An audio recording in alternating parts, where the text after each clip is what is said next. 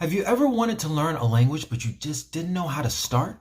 Well, today I have 3 easy steps to get you started super fast. So what are we waiting for? Let's get started.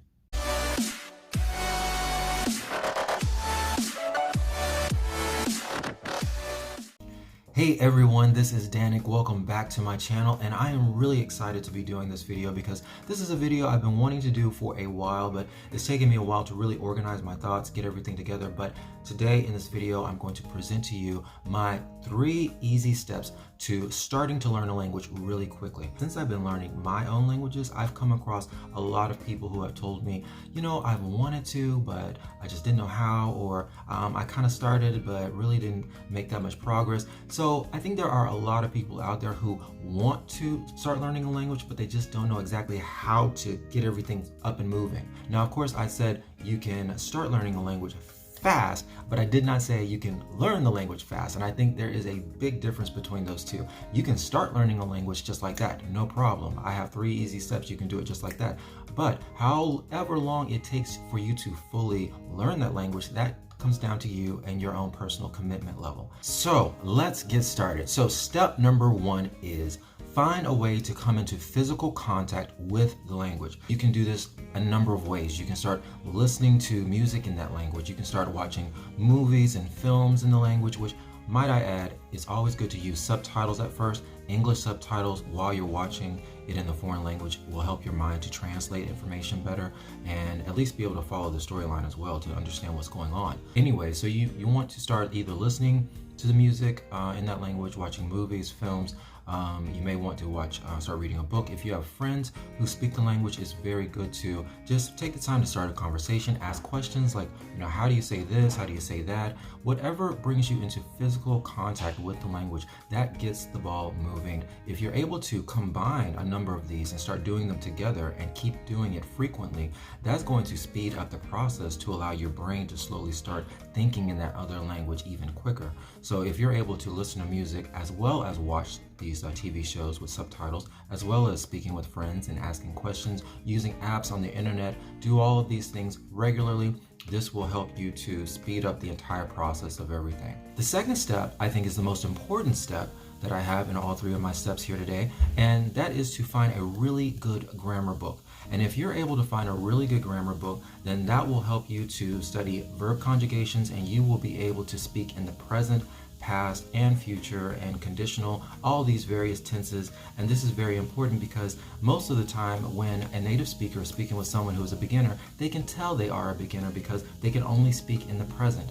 Everything they say is I am, he is, she is, you are, we are. Everything is in the present. But if you can start learning how to speak in the past, in the future, speaking conditionally, maybe giving commands and using imperatives, this all comes from being able to study a really good grammar book, and this sends a message to whoever your listeners are, whoever you're conversing with, that you're no longer just a beginner, that you are either maybe even intermediate or even advanced, but it all comes down to how much you commit to studying in that grammar book. Also, a really common mistake that most language learners tend to make when they're learning another language is that they try to use the grammar from their native language and apply it to the language that they're learning. So as a result, they begin to speak words in the wrong order, phrases in the wrong order, adjectives in the wrong order, and to any native speaker, they immediately know that this person is a beginner because the whole rhythm of how they speak is off, and of course the word order is off.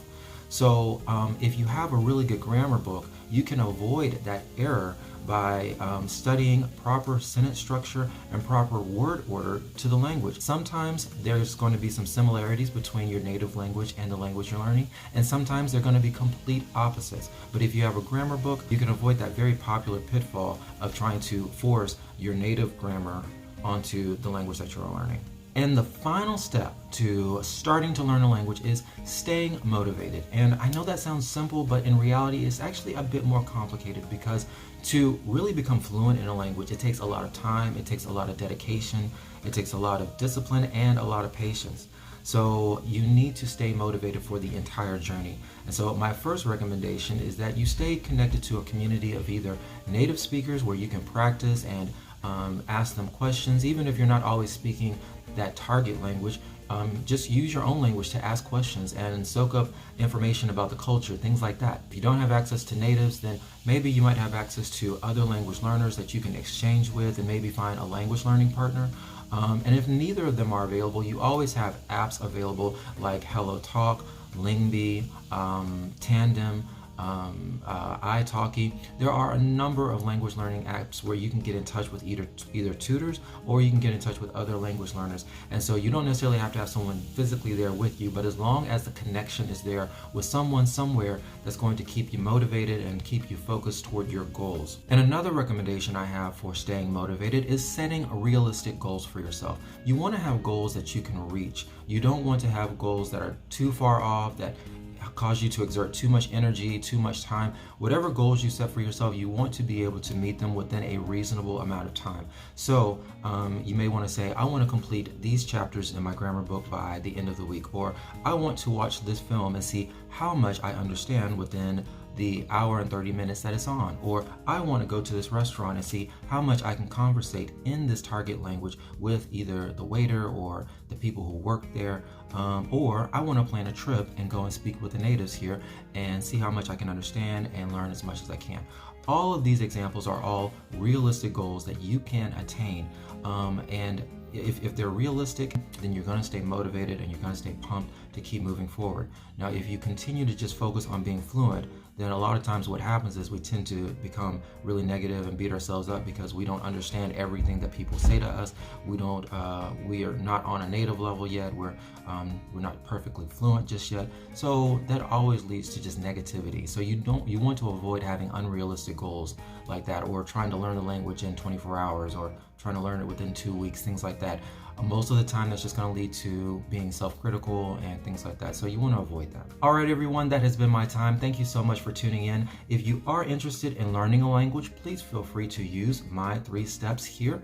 And I try to keep it as simple as possible. Step number 1, find a way to physically come into contact with the language. Step number 2, get a really good grammar book to be able to speak in past, present, future tenses, as well as being able to get the word order, the sentence structure of the language correct.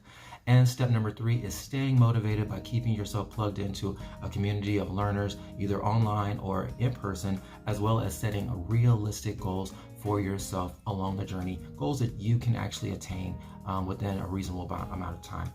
All right, guys, I hope this benefits you guys. I hope it was something that was educational, and I will see you guys again in the next video. Bye.